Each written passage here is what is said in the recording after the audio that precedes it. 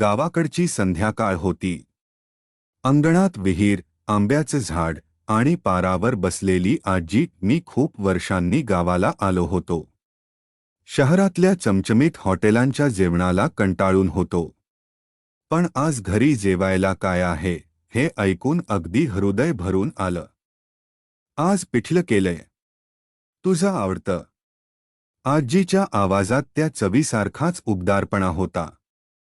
मी थोडा नाक मुरडत विचारलं, पिठलं? इतकं साधं? काहीतरी खास नाही का? आजी हसली. हो रे, पिठलं. पण हे पिठलं कुठलंही नाही, माझ्या हातचं आहे. पिठलं तयार झालं.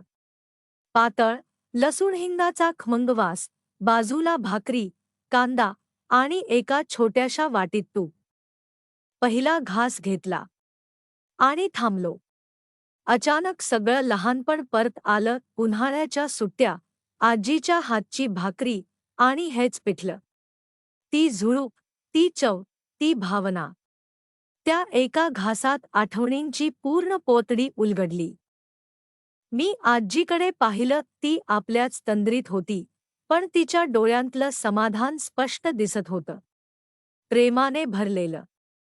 आजी, हे पिठलं फक्त पिठलं नाहीये, हे तर तुझं प्रेम आहे.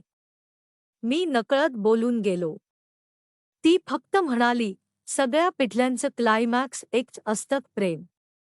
आपण कधी कधी चवेत विशेष शोधतो, पण खरी चव असते त्या व्यक्तीत जी ते बनवते. आजीचं पिठलं म्हणजे फक्त जेवण नाही, ते एक भावना आहे. आणि या भावनांना कोणीही सबस्टिट्यूट करू शकत नाही. अशाच नवनवीन गोष्टीसाठी आजच चॅनेलला लाईक करा, शेअर करा आणि सबस्क्राईब करा, कथा जीवनाच्या या आपल्या चॅनेलला.